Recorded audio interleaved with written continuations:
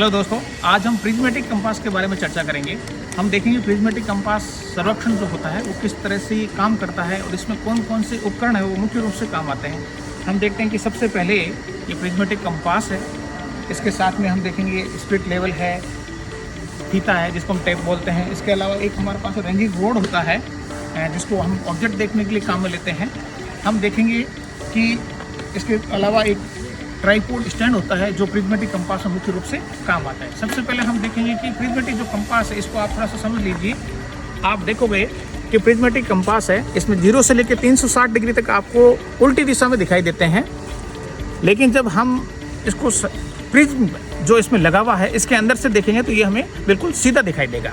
आप ध्यान से देखो, ये प्रिज्म है और इसमें यदि आप आई से देखोगे आंख की सहायता से तो ये इसमें जो आंकड़े हैं या जो डिग्री है वो आपको डिग्री बिल्कुल सीधी दिखाई देगी। दूसरी प्रिज्मेटिक कंपास की विशेषता है कि ये आपको नॉर्थ और साउथ के साथ साथ कितने डिग्री पे कौन सा ऑब्जेक्ट है वो भी आपको ये पर्टिकुलर विशेष तौर से बताता है।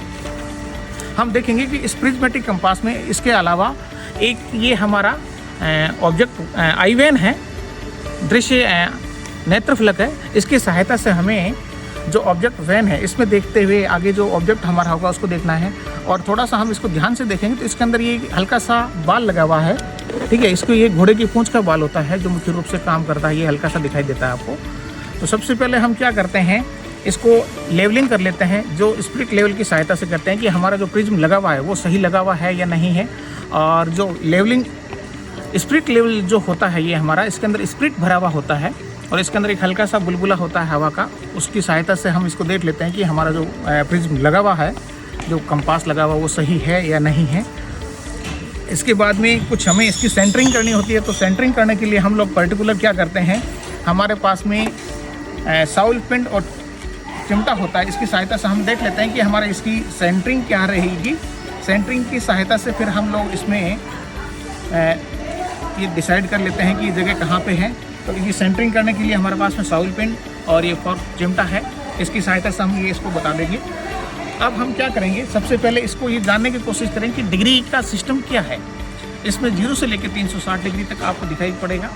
दूसरा, इसके अंदर हम देखेंगे कि एक डिग्री में आपको छोटे छोटे आधा डिग्री या 30 मिनट भी आपको देखना पड़ेगा, क्योंकि जो डिग्री होती है इसके अंदर 1 डिग्री में 60 मिनट होते हैं और 1 मिनट में 60 सेकंड होते हैं। तो ये भी हमें इसमें पर्टिकुलर विशेष तौर से इसको ध्यान रखना है और इसकी सहायता से फिर हमें सर्वे करना होता है।